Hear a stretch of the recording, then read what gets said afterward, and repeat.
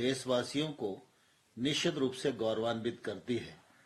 आज इस कार्यक्रम के निमित्त देश भर के किसानों ने लगभग 8 करोड़ की संख्या में अपने को रजिस्टर्ड कराया है। मैं सभी किसान बंधुओं की ओर से माननीय प्रधानमंत्री जी का वर्ष के पहले दिन स्वागत करते हुए प्रसन्नता और गौरव का अनुभव कर रहा हूं। आज इस अवसर को और गरिमा प्रदान करने के लिए हम सबके मध्य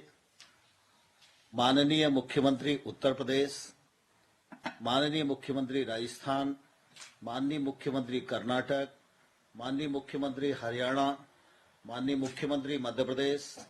माननीय मुख्यमंत्री हिमाचल प्रदेश, माननीय मुख्यमंत्री गुजरात, माननीय मुख्यमंत्री अरुणाचल, माननीय मुख्यमंत्री त्रिपुरा और अनेक राज्यों के उपराज्यपाल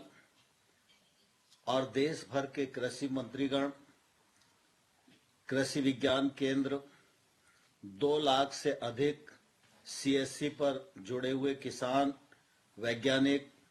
आईसीआर के संस्थान और एफपीओ के माध्यम से भी अनेक स्थानों पर इस कार्यक्रम में सभी लोग जुड़े हुए हैं और देश भर में किसान भाइयों और बहनों की ओर से इस कार्यक्रम में आप सबका हृदय से बहुत बहुत स्वागत है। हम सबके लिए यह बहुत प्रसन्नता और सौभाग्य का विषय है कि हमारे प्रधानमंत्री नरेंद्र मोदी जी प्रधानमंत्री पद ग्रहण करने से पूर्व 13 वर्ष तक गुजरात के मुख्यमंत्री के रूप में उन्होंने सफलतापूर्वक काम किया है। हम सब जानते हैं गुजरात सूखे से पीड़ित राज्य हुआ करता था। पानी का संकट था, सिंचाई का संकट था, पीने के पानी के लिए भी दिक्कत थी। उस दुरावस्था में माननीय मोदी जी को गुजरात में काम करने का अवसर मिला। उन्होंने राज्य की गरीबी को, राज्य के किसानों की पीड़ा को बहुत ही नजदीक से देखा है और अपने दूरगामी दृष्टिकोण के परिणाम स्वरूप परिश्रम पूर्वक भागीरथ बनकर गुजरात में गांव-गांव में पहुंचाने का काम मोदी जी के नेतृत्व में हुआ है। राज्य सरकार को केंद्र सरकार के साथ काम करने में किस प्रकार की कठिनाइयां राज्य को होती हैं, इसका अनुभव भी उनको बखूबी है और इसलिए जब उन्होंने प्रधानमंत्री पद का कार्यभार संभाला तो कृषि के क्षेत्र में, गरीबी के क्षेत्र में, गांव के विकास के क्षेत्र में राज्य किस प्रकार की कठिनाइयां महसूस कर रहे हैं, इसको दृष्टिगत रखते हुए उन्होंने केंद्र में योजनाओं का सृजन किया और उन योजनाओं के माध्यम से गत 7 वर्षों में भारतवर्ष के किसानों को सुविधा प्रदान की जा रही है, जिससे निश्चित रूप से उनके जीवन स्तर में बदलाव आ रहा है। देश भर में किसी किसान संगठन ने, किसी किसान ने यह मांग नहीं की थी कि उसको सम्मान निधि प्रदान की जाए, लेकिन जब प्रधानमंत्री जी ने किसान की आमदनी दोगुनी करने के लिए देश को आह्वान किया तो उन्होंने इस बात को ध्यान में रखा कि उसकी आय में बढ़ोतरी करना यह केंद्र सरकार का भी काम है और इसलिए पीएम किसान सम्मान निधि योजना बनाई और इस योजना के अंतर्गत पर्याप्त मात्रा में बजट का प्रावधान किया और मुझे कहते हुए प्रसन्नता है कि अब तक प्रधानमंत्री जी के प्रयत्नों के परिणाम स्वरूप 1,61,000 से अधिक रुपया किसानों के खाते में पहुंचाने का काम किया गया है और आज साल का पहला दिन है और पहले ही दिन देश भर के 10 करोड़ 9 लाख किसानों को 20,900 करोड़ रुपया उनके खातों में पहुंचाने का काम इस कार्यक्रम के माध्यम से किया जा रहा है। मैं समझता हूं करोड़ों करोड़ किसानों के लिए यह शुभ दिन है और जब पहला दिन शुभ है तो पूरा वर्ष भी शुभ होगा और निश्चित रूप से किसान देश के नवनिर्माण में, आत्मनिर्भर भारत में अपना योगदान फलीभूत कर सकेंगे। हम सभी जानते हैं कि देश में 86% किसान छोटे किसान हैं और छोटे किसान का छोटा रकबा है, उसकी निवेश करने की भी ताकत नहीं है। और जब तक इस किसान का योगदान नहीं होगा, कृषि भी फलीभूत नहीं होगी और देश के विकास में भी उसका योगदान नहीं होगा। और इसलिए प्रधानमंत्री जी के दूरगामी दृष्टिकोण के परिणाम स्वरूप कृषि उत्पाद संगठन देश भर में 10,000 नए बनाए जाए और उसके लिए 6,865 करोड़ रुपया खर्च करने का प्रावधान भी प्रधानमंत्री जी की ओर से हुआ है। मुझे कहते हुए प्रसन्नता है कि प्रधानमंत्री जी का यह कार्यक्रम सने सने आगे बढ़ रहा है और आज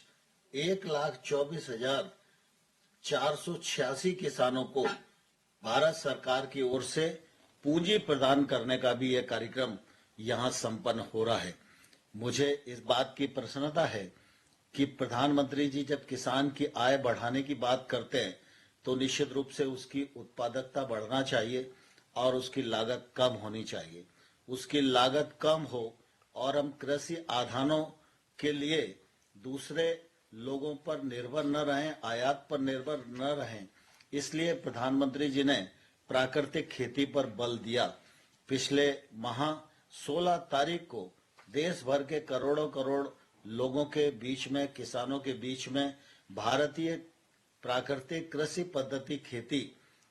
पर उन्होंने अपनी बात कही और तब से लेकर लगातार सरकार, राज्य सरकार, किसान इस दिशा में प्रवृत्त हो रहे हैं और निश्चित रूप से यह एक तौर से आंदोलन बनेगा और देश में किसानी को लाभप्रद बनाने में, हमारे उत्पाद की गुणवत्ता सुधारने में और हमारी जमीन की उर्वरा शक्ति को ठीक रखने में निश्चित रूप से प्राकृतिक खेती बहुत ही मददगार होगी। आज इस कार्यक्रम में मैं प्रधानमंत्री जी का आभारी हूं कि उन्होंने प्राकृतिक खेती पर फिल्म दिखाने के लिए भी समय हम लोगों को दिया है। आज एफपीओ का काम कैसा चल रहा है, इस पर भी निश्चित रूप से एक छोटी फिल्म दिखाई जाएगी, जिससे कि एफपीओ के कार्यक्रम के बारे में सभी लोग ठीक प्रकार से किसान जान सकें और आगे इस दिशा में प्रवृत्त हो सके। मुझे कहते हुए प्रसन्नता है कि पीएम किसान सम्मान निधि एक कार्यक्रम है,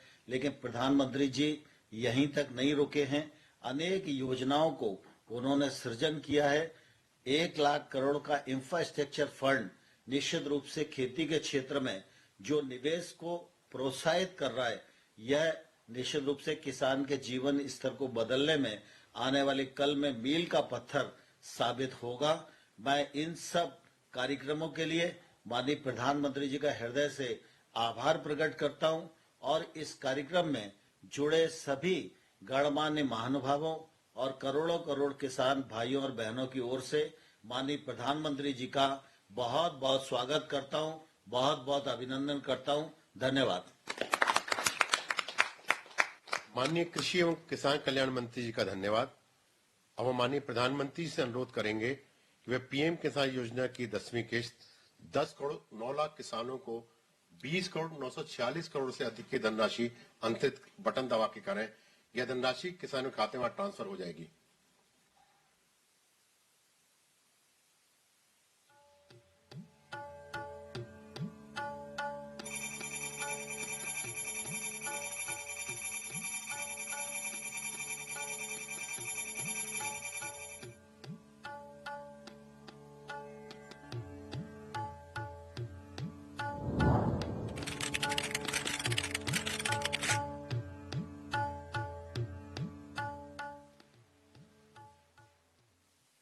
माननीय प्रधानमंत्री जी का बहुत बहुत धन्यवाद।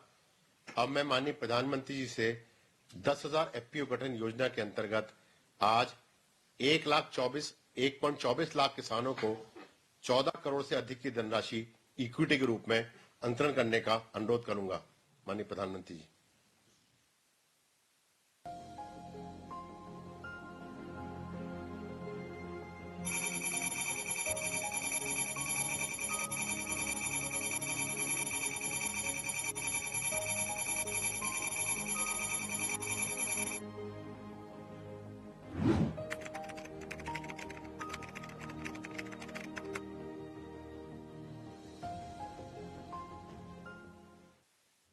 जब एक हाथ से कई हाथ मिलते हैं तो हम अनेक से एक बनते हैं। एफपीओ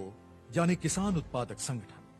किसानों का एक ऐसा संगठन जिसमें वो खेती से लेकर उपज को बेचने तक साथ मिलकर काम करते हैं। एक गांव में एक जैसी फसल उगाने वाले 15 से 20 किसान अपना समूह बनाते हैं। किसानों के ऐसे कई समूहों से एक एफपीओ बनता है। कृषि क्षेत्र को मजबूत और हमारे मेहनती किसानों को समृद्ध बनाने